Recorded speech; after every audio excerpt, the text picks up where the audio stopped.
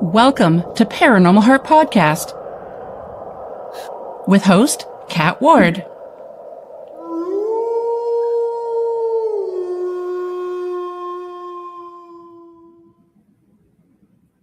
Welcome, my friends, to Paranormal Heart Podcast, Paranormal Talk with Heart and Soul. Tonight's segment is pre-recorded, streaming on United Public Radio Network 107.7 New Orleans, 105.3 the Gulf Coast, YouTube, and any place you find your favorite podcast. Thank you so much for tuning in. So tonight for segment 98, my special guest is return guest and dear friend Sabine Blais. Sabine is from Quebec, Canada, and is the founder of Eastern Canada Sasquatch Organization and Organisation Sasquatch Québec. A lifelong enthusiast of Sasquatch and the paranormal, her curiosity began in childhood through shows like In Search of and Unsolved Mysteries, and was fueled by the famous Patterson-Gimlin footage, like a lot of us. An avid outdoors woman, she combines her love of nature with her passion for research in the Gatineau Hills. Sabine also practices and teaches energy healing, explores pagan spirituality, and runs a craft business, the Sasquatch Trading Co. Tonight, Sabine will be discussing not only her humble beginnings with all things paranormal, but the upcoming second annual Gatineau, Ottawa Sasquatch Conference that would be held August 15th and 16th of this year. You guys know that I've been talking about this for a while. So I'm going to be attending with a friend, and I'm so excited for this. I mean, I get to see so many great people again. So please help me welcome Sabine. Bonjour. Hello. Sabine, bienvenue. Ça va bien? Ça va très bien, merci. For those of you who don't speak French, we just asked, how are you? And we said we're good. Yeah. Yeah. So the second annual already. Yeah, we're at the second one. We're 2 weeks away. Yeah, I know. I mean, well, by the time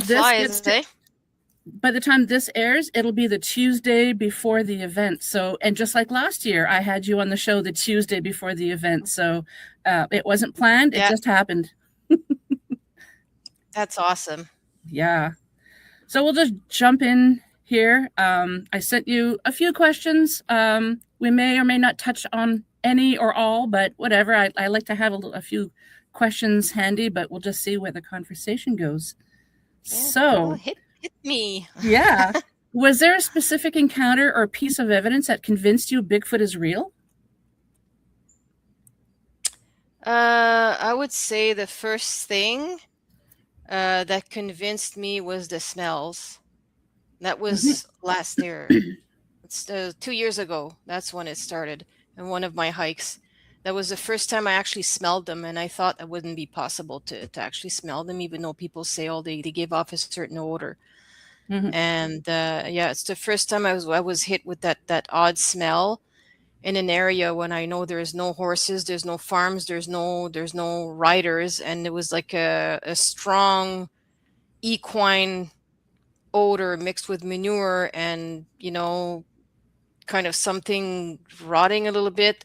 It was very, very out of character for the place. I've never smelled that. There's no outhouses nearby. And then when I moved on further down in my hike, I was hit again with this smell, but it was different. It was more like an outhouse smell. And that too was completely unusual. I've never smelled that in that area. I've hiked there before.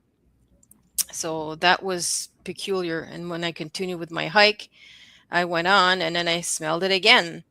And when I get to the end of the trail, I turned around, came back, and I didn't smell it on the way back. But when I came back to that first intersection where I smelled that outhouse, it was gone. So whatever was there was not there. Anyways, that kind of convinced me that, I think there's something out there. There was something nearby, and something gave off that odor in multiple places, Yeah. So it told me it wasn't just a dead animal. Yeah. So that was the beginning. There are many, many other instances also that kind of added up to it's like a puzzle. But that was the first time I realized that, wow, there really is something out there if you bother paying attention, Yeah, exactly. Yeah. So what keeps you so passionate about researching Sasquatch? I think it's the outdoors. Yeah. That's what I like about Bigfoot research is it's very grounded into nature. I love Mhm. being out in the woods regardless, you know. I love hiking, I love camping, I love the outdoors, I love spending time in nature. Mhm. Um, it also ties into conservation and the environment, which I'm also very passionate about. So you can say, for me, the environment, the state of the planet in general, especially water, it means a lot to me. Yep. The future of this planet is at stake. So that all this ties in, uh, because Bigfoot research for me, it's about protecting them and protecting the environment. This is not about me trying to prove they exist. I mean, Yep. I think the resistance doesn't require proof. It requires respect and protection. And that's what I'm here to do. That's what matters to me. So that's what keeps me going. You know, it's And also them. yeah, exactly. It's nice to see, like, we'll touch on the event later on, but it's nice to see more paranormal conferences, you know, whether it's UFOs or Sasquatch events. There's starting to be more and more in Canada, which I am so excited because we both know that Hmm. it all happens in the States. We don't have a lot up here. So Hmm. kudos to you for opening the doors to having events like this. Oh, thank you. Well, it's nice. That's my little grain of sand, you know, on Yeah, the it's like a beach, you know, it's like a whole universe. yeah, Not the paranormal, but the world of Sasquatch. It's quite vast, and it's like you say, 80% of it is in the States. You know, here in Canada, it's been yeah. quite kind of like there are people doing this, but it's not like fully active in terms of like events Yeah. and things happening and people being a little bit more public, more open about what they do. I'm very open, I don't Mhm. hide. So I think that there's a need for that. There's a need for more networking also, and kind of Definitely. getting us, forming a group, like a community. Mhm. That's been lacking as well. People kind of stay in their little corner and hide, and Yep. I think it's nice to see people becoming visible and networking, because Definitely. Yeah. that's what's going to make us stronger up here. Yep. So, what areas around Quebec or Ontario do you think have the highest potential for Sasquatch activity, or is it pretty much equal? That's hard to tell. I hear a lot about Northern Ontario, Mm-hmm. but I've heard a lot about Niagara region. There's a Yeah. lot of activity, and there seems to be like certain pods. I've heard a lot about Algonquin Park. Mm-hmm. I plan on camping there somewhere down the road. I think that would make a very interesting trip. Um, in Quebec, I've heard a lot about Timiskaming shores, the Timiskaming region in general, which is Mm-hmm. just adjacent to Temagami, which kind of links to Northern Ontario, Northern Quebec. There seems to be a lot of stuff up there. A lot of things have happened. I've heard some stories also about Eastern Quebec, um, towards Saguenay, Lac Saint Jean. Mm-hmm. Um, I think it's pretty much would be everywhere. When you think that Quebec is what, twice or three times the size of France. Quebec is huge. Wow. It's It huge. is. It's Yeah. 90% uninhabited. We live in huge expanses of land. It's immense. Um, And it's just the one. beautiful too. Oh, it is. It Yeah. is. It's very wild. There's a lot of animals, and the further north you go, the more remote and rugged it gets. Mm-hmm. So, if we have Bigfoot activity here in the Outaouais region, which is we're very close to the city here, Gatineau Park begins in the city. Imagine up north, out there, where there's very few people. Mm-hmm. The villages are smaller. There's more open forest, open land.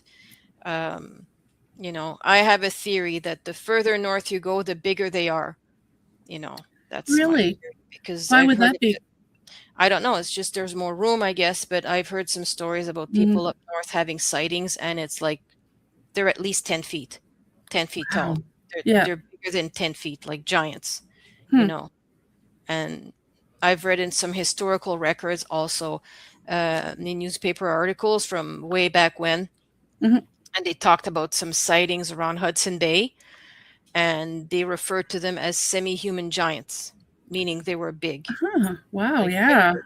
But that's just my impression. Yep. But so Ontario and Quebec, I'm pretty sure they're everywhere. I don't know if there's a place where there is more of them. I know here in the Outaouais region, it's quite active Mhm. in terms of Sasquatch activity and finding structures at night in the woods. They're out there. They're walking around. They move around at night. Uh, so yeah, Hmm. I have to speak for what I know. So far, I've been Yeah. focusing on this region here. Mhm. So I don't know here if it's more Definitely. active than other places, but there's definitely activity. There seems to be some pods where it's very, very active. Northern Ontario, Northern Quebec also, Hmm. there's quite a lot there. Have you ever heard of anyone having like aggressive encounters with them in Ontario or Quebec? Yes. Hmm. Yes, I've heard of these stories. I don't know how credible they are. Yeah. I know there have been some people gone missing, especially around Tamagami area. Mhm. There's one in particular. So is that Sasquatch related? I don't know. Yeah. There's one that the circumstances are very, very odd. So in terms of like aggressive, like rock throwing or that kind of behavior, I have not heard that much of it, Okay. like someone being chased or Yeah. that kind of stuff. There have been some stories, but again, you have to wonder just how credible they are. Yeah. But there's one particular missing person that was documented in Missing 411, and it was here in Ontario. Oh. Hmm. And yeah, the guy vanished. The guy disappeared in Tamagami. He was camping out, and you know they found him much later on, and he was like further up. They found his body. So I mean, Hmm. it's the circumstances were strange, but again, we don't know if that's the cause. Hmm. But that's as far as I know. Yeah, it's like I had a gentleman on from the UK talking about Bigfoot once, and what he said made perfect sense to me. He says when you leave, like say, apple out for Bigfoot, and you leave and you go back and the apple's gone, he says it doesn't mean Sasquatch ate it. It means something ate it. We don't have the proof yet. So Mm, I like his approach because he doesn't speculate. He just takes in all of the information and goes with it. yep. Yeah, Yeah. that's what I try to do as much as possible. I mean, I've been getting a lot of information out there. Hmm. I'm documenting a lot of things. At first, I was like, oh, look this and look that. Now I'm keeping a lot to myself. Mm-hmm. And if I report something, I report it like it is. It's a possibility, Yeah. very strong possibility. I try to rule things out as much as I can. Sometimes I can't rule things out. So there's only one possibility left. Yeah. But, you know, I mean, the signs are there, definitely. Do you think you'll ever write a book?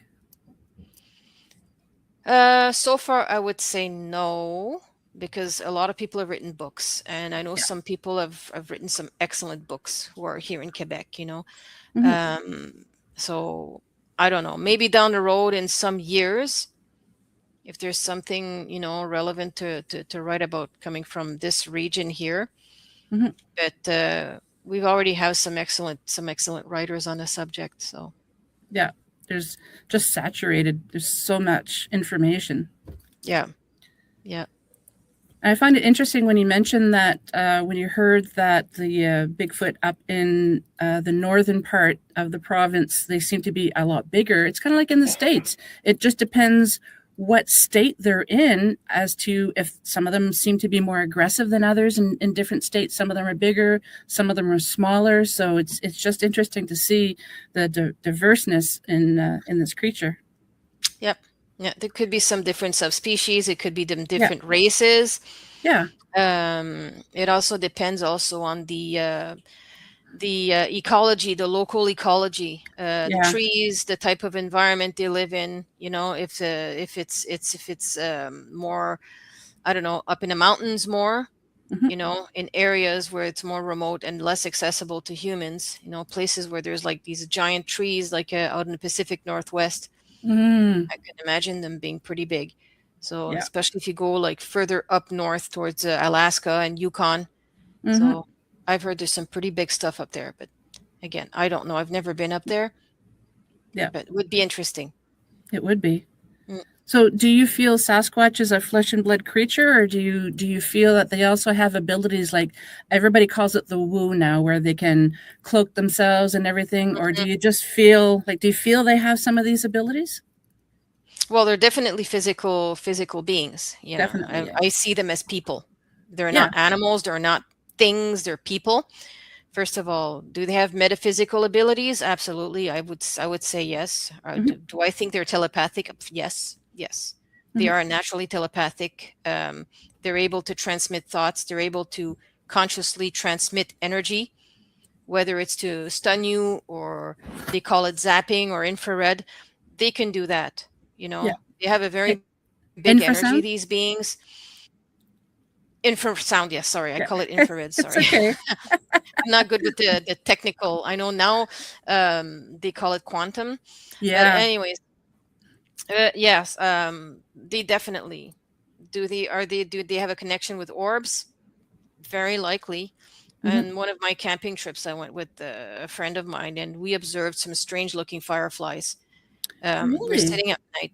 There were a lot of fireflies, which is normal, Mm-hmm. but the way these ones the size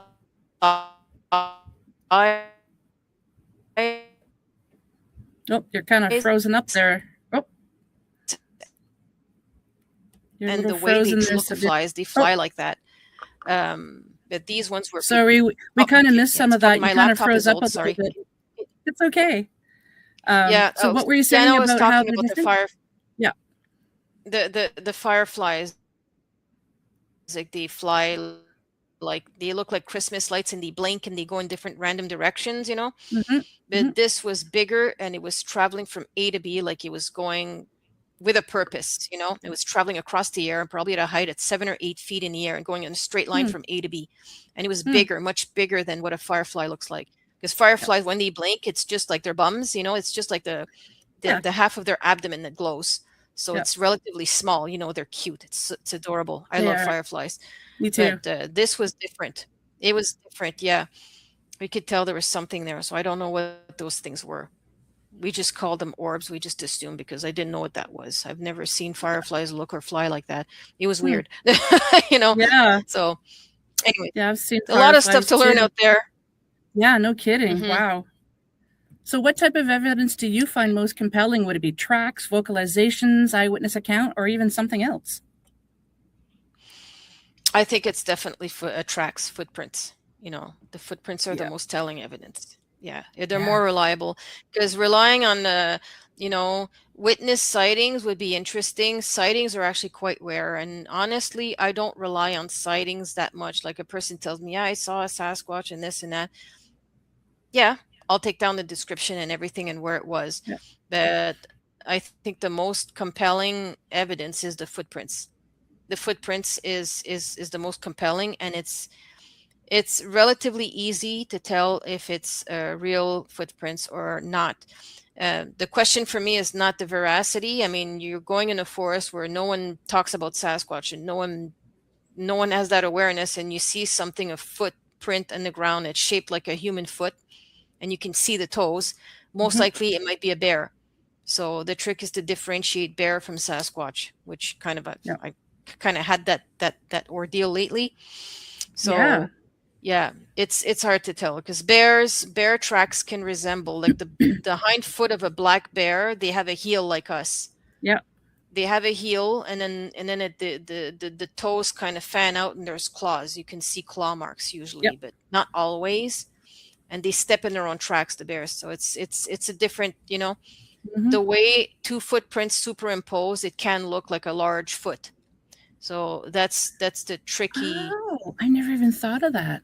That's the Hmm. tricky. And if the ground is very wet and there's a lot Mm. of stuff on the ground like leaves, then you won't get like the dermal ridges you would get underneath a Sasquatch. Mhm. So that's another thing. There's a lot of factors, but a footprint is more reliable, in my opinion, than just waiting for that $1 million picture or another Yeah. version of the Patterson-Gimlin film or Paul Freeman, you know, Oh, you froze up again a little bit there. You spoke about Paul. footprints are much more. Can you hear me? Yep, I can hear you now. You froze up Paul for a Freeman. second. Yeah, Okay, he was yeah. a great researcher in the States. Yep. Interesting. Yeah, And it can you hear depends on, me? yep, yep, Yeah, my not a problem. laptop tends to freeze up, so sorry about that. It's okay. And it depends on the terrain too. And I ask a lot of people how, like, when they see the footprints, how deep were they? Because if it's big, heavy creature, of course, depending on the terrain too, how deep it's going to be. Yep. Yeah.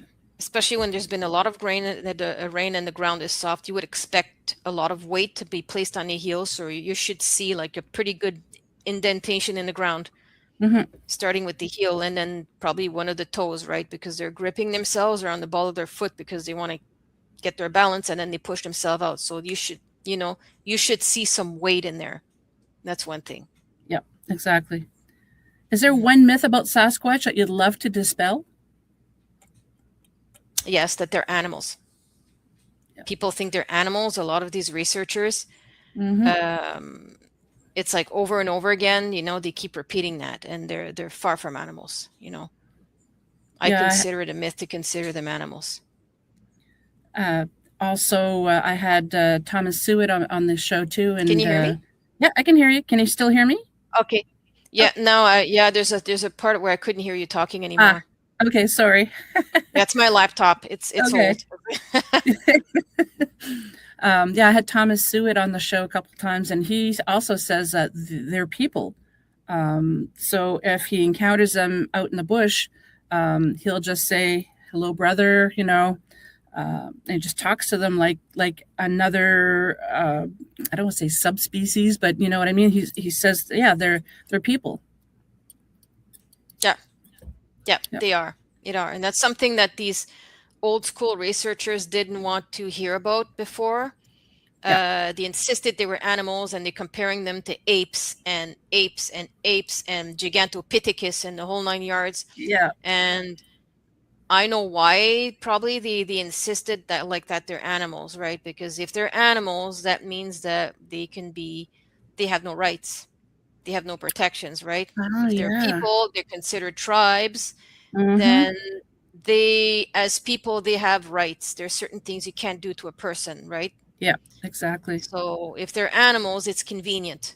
You can hunt them, you can shoot them, you can capture them, you can put them in zoos, you can kidnap their young and put them in research facilities, which is probably what that was their dream. I think some of these famous researchers, and no disrespect to some of them, especially the famous Four Horsemen and all that, I mean, they talked about hunting and capturing a Bigfoot. That's what they wanted to do. Oh, man. That's what they wanted. Oh yeah, I mean, some of them, they said it explicitly. It never happened. There's no way it would have happened. I mean, how can you capture these beings when their intelligence surpasses ours?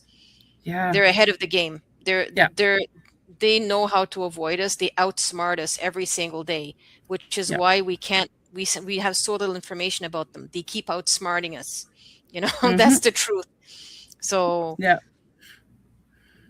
And it's fascinating because just the other day, my daughter and I were out for a walk, and she saw, it's a lot smaller than a Bigfoot, but she saw a chipmunk.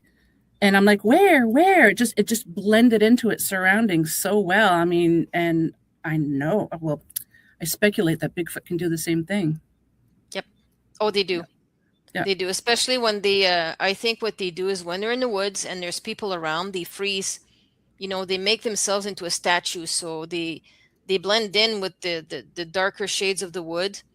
Or they may look like a tree stump or a tree trunk or a rock or something. They freeze, they don't move, and once it's impossible to tell if they're there or not. You may walk in the woods and walk right by one of them, and if you don't get that smell, then they don't smell all the time. I don't think it depends. And you'll never know you walked right by one, and I think that's what happened to me a couple of times. Wow. Can you imagine, like, let's say while you're walking, you're recording all of this, and then you look at it later, and you'll see like 2 feet from you there was a Bigfoot, Yeah, and you didn't that even know. happened to me. Wow. That happened to me. Yep. Yeah. I have a couple of pictures, and it's like, whoa, look at that. There's a shape, and you can see the head and shoulders, or you can Mm-hmm. see a face between the trees. Yep. They were right there, and I walked right by it and never saw it. Or what happened is I accidentally recorded a whoop call. Mm. I was walking on a trail and it was pouring rain. Mm-hmm. And later, when I replayed the video of the trail I was walking on, and sure enough, I heard 2 whoops. I heard a whoop call and I heard another one answer, and I couldn't make it out because I was walking, and my boots are clunking on the ground, and it's pouring rain, Mm-hmm. but you could clearly hear 2 whoop calls. Hmm. Yeah, and the way they call each other, like here, I can't speak for other regions, but here they're very, very discreet. They're very careful. They either imitate owl sounds, or they make an ooh sound. It's not like, for example, the Sierra sounds, like, Ron Mm-hmm. Moorhead. You've Yep. interviewed him, but Yep. his Sierra sounds, you hear like it's very apish, like whoop, whoop, that kind of Yeah. stuff. That's not Yep. what they do here. Here it's like a Hmm. very soft ooh. It's like ooh, and that's It's a it. French accent. Yeah, yeah, yeah. It's a Or ooh Quebec Québécois. Sasquatch. Yeah, it's a ooh Québécois. Yeah. But that's what they sound like. It's very subtle. So it Hmm. can be mistaken for a bird, but I know it's not a bird. And I know you're Yeah. hiking at 1 o'clock in the afternoon in broad daylight. You're not going to hear 3 owls calling and answering each other. Yeah. That Yeah. doesn't, and I've heard that nights we have these owls here. They're called chouettes, the ooh, ooh, ooh, that owl. Yeah. Yeah. That's not what it is, so that right there, it took me a while to figure out, like, how they communicate, how they vocalize, Mm-hmm. because I think from one region to the next, it will differ. And I think that the ones we have here, generally, they're much gentler and much shyer and quieter than other regions. They're Canadian. Yeah, exactly. Yeah, They're polite. they're more reserved. Yeah. They're more reserved. Where do you think Bigfoot research is headed over the next decade? I think it's headed towards more communication, Mm-hmm. more attempts at communicating and understanding. I'm seeing a lot of these newer researchers coming out, and they have a much more holistic approach. Mm-hmm. I don't care if people don't like the woo. That doesn't affect me, but I'll say it, that, like it or not, a lot of researchers are more open to that, and it's heading that way.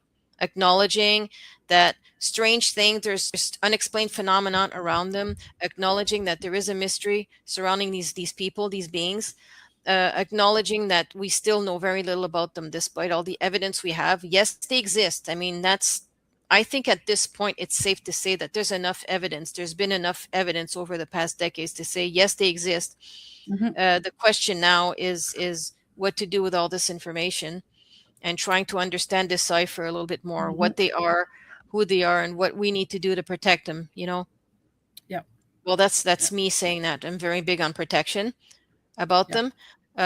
But I see a lot of people wanting to communicate with them, and a lot of people talking about their metaphysical abilities, the orbs. There's a lot of people out there, linking them to extraterrestrials. I mean, it's possible. That doesn't really interest me, but Mm-hmm. it's definitely possible. Yeah, the way I look at it, take all information, no matter how crazy it sounds, and compile all of that and see where it leads you. Yeah, it's not crazy. I mean, extraterrestrials, I believe in that for sure. Yeah. Mm-hmm. But I don't focus on that particularly, Yeah. I just want to focus on the communication and know exactly what they are. Yeah. And how to make it safe for them. Yeah. Because we're not safe, Yeah. And more people are wanting to communicate with them, so they don't seem to be as afraid as years ago. Yeah. People just, we want to know. Yeah. And there seems to be less of this morbid curiosity and these violent approaches, the people wanting to shoot one, to end the debate, I've been hearing that a lot at the beginning, and I find it very disturbing that people want to shoot them or hunt them. Me too. Yeah. That's very disturbing. It seems that I'm hearing that less and less. It's like these people, I think they're just yapping about it and then they just stop. So, Yeah. it's just talk, which is a good thing. It's a good thing. And that's why, I want to make sure that if we are going to be merging and bridging the gap, and talking to one another more, and make sure that those initial encounters are safe. Yep. No one gets hurt. Exactly. And there's no panic shooting or anything like that. Yeah. If you had 1 week and unlimited resources, good grief, I can't speak, to investigate anywhere, where would you go? Anywhere in the world. Oh, in the world, I would stay here. Yep. I wouldn't leave Canada, first of all. Resources, meaning, I guess, financial, like buying a plane ticket. Yeah. Yeah. Oh, gosh. Well, that would require some thinking. Where would I want to go? I would probably go to Yukon. Nice. I would probably go to Yukon, just to experience the place. But I definitely wouldn't leave Canada. Yeah. Yeah, because I want to focus on here. Yeah, that's good. If Sasquatch could communicate one message to humanity, what do you think it would be? Leave us alone. Yeah. Yeah. Stop cutting our trees and taking our food. Yeah. Yeah. Leave the occasional picnic basket. That would be okay. Yeah, exactly. Yeah. Wow. Yeah. No, I think it would be something down that line, just, respect our families and stay out of our territories, I think that would be it. Especially where there's logging. Oh, yeah. It's the logging industry that's very problematic with this whole Bigfoot thing. I think there's a direct correlation between the logging industry and how this whole Sasquatch thing was handled, because that's how things started a little bit in California, especially how can I say it, the non-native experiencers of Sasquatch, It's like when they first came and they started calling them Bigfoot, and then they started, actively searching the tracks. And, I think the motivation was also the logging industry, because they wanted to get rid of them, because they were cutting down trees and they had their equipment, machinery, and apparently the Sasquatch, they were breaking their machines. They were trying to block access. They were throwing rocks at them, and there's a conflict between environmentalism and the Sasquatch and logging, and also oil, the oil industry and mining, that causes a lot of disturbance for them. So I think, coming back to the message from Sasquatch to humanity, it would be like, stop doing these things, Yeah. What are you doing to the planet? Exactly. Yeah. So that's why maybe there's this kind of how can I say, kind of renaissance with Bigfoot research, especially here in Canada, is because there's a need for that, I think we are the messengers. Yeah. Yeah. So I know you love to camp, and before we recorded, you were talking about some experiences that you potentially had while camping. Did you want to share any of that with the audience? In a nutshell, I can talk about it. Oh, yeah, okay. For sure. If not, that's fine. Yeah, since last fall and early this year, I've been spending more and more nights in the woods as opposed to just going hiking, meaning hiking from A to B or walking through a forest during the day. During the day, you get things, you'll get stuff. But it's when you stay in the woods all night. You spend the night in a forest in the same place, and let them come to you, because that's my approach. And do they ever? You can hear the footsteps, their bipedal footsteps. You can hear the branches cracking. You hear the leaves rustling. You hear You hear wood knocks, that's for sure. And one of my camping trips earlier this year, I heard shouting from across the lake. And it's an area where there's no campers, there's no campsites, there's nobody living there, there's nobody, Mm-hmm. nothing. It's 1 o'clock in the morning, and then all of a sudden you start hearing these weird shouts. Mm-hmm. It's pitch black dark, there's no lights, there's nothing, there's nobody there, and I hear shouting, and then I heard this crashing wood knock sound, and then more shouts. It was like a woman hollering, kind of. It was woman, or maybe a juvenile, Mm-hmm. but it was like and then I heard this odd, like I was telling you earlier, this odd repetitive wood knocking. It's not just one knock. It wasn't a singular wood knock or two knocks. This was like, it was like a repetitive drumming sound. Mm-hmm. As once in a while you could hear like a splashing at the same time, but it was like a tuck tuck tuck tuck tuck tuck tuck tuck tuck tuck. It was like repetitive, multiple knocks, and then it would stop. There was a pause, and then it would start again. This went on for 20 minutes. That was Wow. just one location. This new location where I just camped, the activity was even more intense Hmm. because we were in bed. We were in our own tents, and yeah, same thing. You could hear the walking coming from the mountain. It was like midnight. The activity started, and it didn't stop until later, past 3 o'clock in the morning. And again, Hmm. it was this repetitive wood knocking, but this time it was like kind of broken into different rhythms. Yep. It almost sounded like drumming, but Morse code.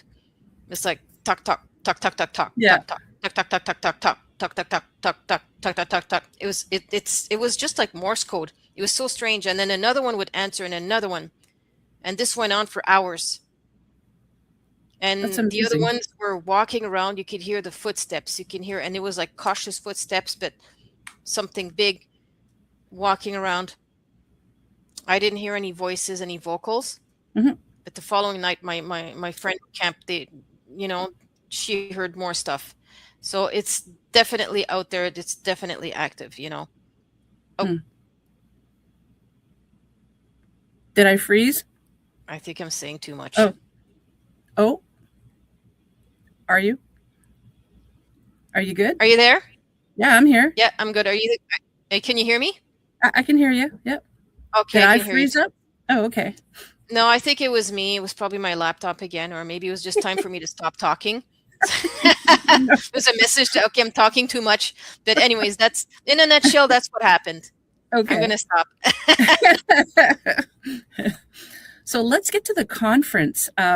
What are you most looking forward to at this year's Gatineau Ottawa Sasquatch Conference? Is there anything in particular? The speakers. Yeah. The speakers. Yeah, Yep. definitely. Yeah, we got some new speakers. We got Yep. some returning speakers. There's a lot of excitement, anticipation. The speakers are going to get more time to talk, more time to unpack and share their evidence. People are going to bring pictures and videos. Yeah, definitely. I'm looking forward to it. Yeah, I can't wait because when I went last year, I met so many incredible people there, and I'm really looking forward to seeing them again this year. And then some new speakers. I can't wait to see them too.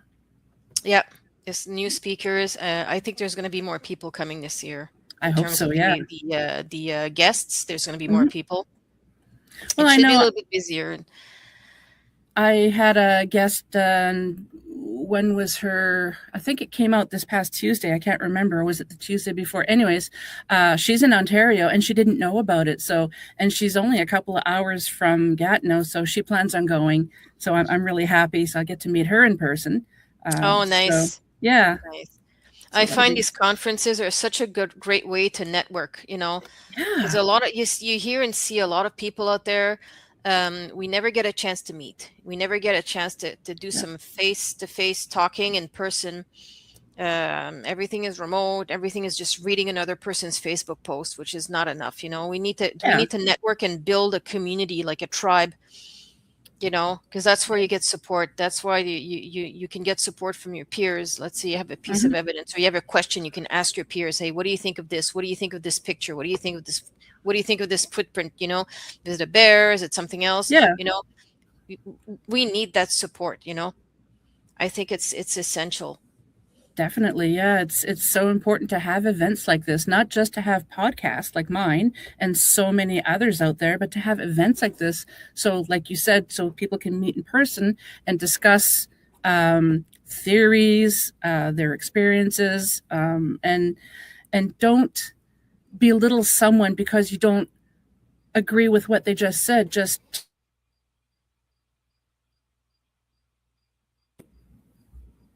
Whoop, did you freeze up? Yeah, it's either me. Yeah, it's probably my laptop again. Okay. Yeah. Did you hear what I said? It cut off like towards the end. Oh, okay. Yeah, I just thought it's important to have events like this so people can just share Yep. ideas, speculations, their experiences. So yeah, and it's a good way that if somebody has had experiences with potential Bigfoot and they don't talk about it, knowing that there's events like this and there's like-minded people like them that might be able to help them come out of their shell, so to speak, to be able to talk more about this. And then the more communication there is, obviously, it's just another piece to the puzzle. Yeah. I think that's important, especially here in Quebec, because I think in Quebec people keep their mouths shut. I've had a couple of witnesses to come forward, but not too many. So I think it definitely helps to have that possibility, especially in French. Yes. Yeah. Yeah. So this is going to be exciting. I mean, to have it bilingual. Are you going to be having any guests just speaking French? Do you know, or? No, I think all my speakers are Anglophone or speak English. It's going to be predominantly English. I mean, it's difficult to have a perfectly bilingual conference. I mean, even just me, I'm just going to be announcing, and translation is takes up a lot of time. You're doubling the amount of speaking time. If I say something in English and I have to repeat myself in French, it lengthens the speaking time, and it's I don't have any speakers who are just francophone, or not yet. Okay. So hopefully that'll be in the future. Hopefully, yes. I'm hoping for it. It's just trying to find ways to make the translation more effective. We talked about a couple of possibilities, but it's just it's still in the talks. Over time it'll come. Where it's going to be easier to have like the event perfectly bilingual. So as the announcer, I try to make sure that there's some French spoken. If someone didn't understand, then I'm happy to translate and help them understand, that kind of thing. But it's not easy to make the entire event completely bilingual from beginning to end. It's time consuming. You'd need a 4-day event. Yeah, or a second announcer who only speaks French. I speak English, and the announcer like kind of echoes me in French. Maybe a second announcer or something like. When they do sign language. Yeah, that too. That too. Yeah, yeah. So that's why this year I'm adding some more people to start doing some announcing to get some experience. It's good to have more than one person. Doing this. It's a great experience, and it adds possibilities. Yeah, I mean, you can't do it by yourself. I mean, you're just running all over the place. You can't be everywhere at once. Oh yeah, because I'm going to be near the entrance, registering people. We're going to be putting wristbands and all that, and I'm going to have my vendor table selling merchandise, and everything. It's going to be, but it's manageable. It's going to be fun. It is, yeah. Like I said, a great group of people like that I met last year, and really looking forward to it again this year. What advice would you give someone attending their very first Bigfoot conference or going on their first Sasquatch expedition? I would say just keep an open mind. Yeah. Keep an open mind. And for the Sasquatch conference, we're a group of researchers and experiencers who are going to deliver some information. It's not just a debate forum. The conference is not about debating whether they exist or not. I mean, that debate for me is pretty much obsolete. I'd like to move on and take it one step further. So, I expect people to be open-minded and, ask questions. if you're not sure about something, ask. There's a lot of people who have a lot of experience in the field. Some people have spent a lot of time in the woods. The outdoors experience is important. It counts. The field experience. So that's where pretty much it happens, right? Mhm. So if you're not sure, ask questions. If you want to join or do some of this stuff, don't be afraid to ask. Exactly. Yeah. If anyone's going to the event who has questions and they're too shy to ask questions, you could either take anybody, any of the speakers, vendors, even yourself, take them aside, maybe ask them the question, or write a little question and give it to one of the vendors, maybe, or even you Sabine, because I know some people are kind of shy. They don't want to ask any questions. So I'm trying to give suggestions to these people if you want to get some more information. Yeah. Is No, there's going to be plenty of opportunity. Yeah, everybody's approachable and friendly, so no one's going to think you're crazy. So yeah, I mean, that's the purpose of this conference anyways. It's all about education, right? This is about education. That's what people can expect from the conference. It's not just a fun festival. It's not a carnival. It's not, entertainment. It's educational. That's why I keep it as a conference. People want to know more about this subject, when this is your chance to come and ask questions and talk to the researchers and people who spent time out there. Bringing forth awareness. Exactly. Last year, I can't remember their names. Oh my God, but somebody brought a cast footprint. I can't remember their names. I can picture them, but it's probably Peter and Christine. Yes. And yeah, Christine. I was very excited to see it because I'd never seen one before. So when I asked to have a photo taken with them, they wanted me to hold it. And I'm just like, oh my God, I was so afraid to drop it. So after the picture was taken, I'm just like, okay, please take it quickly. But no, it's so fascinating. And I know people are going to absolutely love the event. Yeah. And it's nice because Christine, who I think it was through was presenting the cast, like she talked about John Bindernagel. Yeah, he was a Canadian biologist. He spent a lot of time investigating and researching Sasquatch. I've never met him, unfortunately, but and she talked about that. And I think that cast, I'm wondering if it wasn't him who poured that cast. But anyways, it was really interesting. Yeah, it was very interesting. They're coming back this year, so good. We'll get a chance to ask them more about it. Yeah, hopefully they bring it back again. Yeah, I hope so. So what can you tell the audience what to expect at the conference? It's a 2-day event, August 15th and 16th. What's going to be in the works? Well, it's going to be a series of presentations from different speakers. We got speakers coming from Ontario, Quebec, and the United States. This year is going to be a first time with speakers coming from abroad, so to speak, across the border. It's going to be nice because the new speakers are going to bring some more experience, because I know they've done a lot of events. They do a lot of conferences in the States. There's a lot more, so it's going to be a good information exchange. There's going to be vendors. There's going to be 6 of us vending, so there's going to be lots of shopping, lots of merchandise that you probably won't see anywhere else, not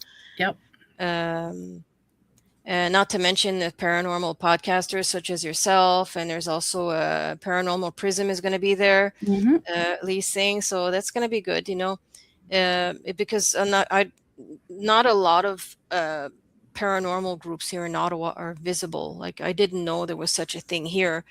Other than Haunted Ottawa, the haunted tours. That's all I knew, because they go to the Mackenzie King here, Mackenzie King Estate, which is apparently haunted. Apparently his spirit shows up, is there, I'm sure it is, but it's interesting. And it's really going to be neat to see Canadians and Americans coming together and talking about their research and seeing if they have different styles researching, or the Bigfoot, big feet, the individuals. is there any similarities or differences between the two countries too? So that's going to be pretty interesting too, I think. Mm-hmm. Yeah, especially the local folklore. Yeah. The local folklore will definitely differ. Yeah. Yeah. Yeah, this is going to be so exciting. I mean, my audience knows that I've mentioned this several times in my podcast for the past few months. It's part of my intro most of the time. So I hope I know it's going to be a big thing after so many years. Like, this is the beginning. I mean, you're a trailblazer. Yeah. Well, Yeah. thank you. No, well, I mean, it's just needed. So I'm glad I'm able to provide that, because I've never heard of anybody here doing this No. here in this region. Like in Eastern Ontario and Western Quebec, especially in an area where it's so rich in forests and parks and wildlife. I mean, we're just 3 hours away from Algonquin Park. We're Yeah. literally on top of Gatineau Park, or Gatineau Park is on top of us, whichever. In Quebec here, we have huge parks, like that wildlife reserve. It's very, very big. It's twice the size of Algonquin Park, which is pretty huge. Wow. That Yeah. is big. And then the Laurentians start, and then you have Mont Tremblant, and it's endless. It's endless out here. It's so much wilderness, So there should be at least someone like some kind of a presence here, if at least that, Yeah. So I just feel like there's a need for that. So I'll make sure this repeats every year. Awesome. Worst case scenario, we just make it smaller. We can move to a smaller location, or there's so many possibilities with this conference to modify it. I can make it bigger. I can make it smaller. I can move it into a campsite or a park outside, that would be interesting. Yeah. We can just create a second smaller event, make it more to a craft show, a Bigfoot themed craft show. There's a lot of ideas, Yeah. Especially like maybe organize camping trips, like group camping. I know some people have asked me to go out there. They wanted to go out there with me. So that's something we could arrange, just like 2-3 people at a time, for example. Yeah. And we just do some expeditions out there. So many possibilities. Is that your place, that noise? What did you hear? I know I'm hearing a weird noise. Is that coming from? What's that? It's gone now. Oh. Yeah. I'm in the basement. My stairs are right behind me, and someone just came down the basement. And they're squeaky. Oh, so that's probably what you heard. That's what I heard. Okay. Yeah. Okay. I was wondering. Bigfoot coming down the stairs. Yeah. Every year, my daughter and I go to Bancroft, Ontario for the Jamboree. So they have 2 buildings, and you can buy crystals, you can buy fossils, like so many things. And last year, I think it was the 60th year, and one of the volunteers there, he said he's been volunteering since he was 8 years old, and it started off with just a little bit of music outside, just a very small building, and now they have 2 buildings, and it's huge now. So I really hope this will happen with your event as well.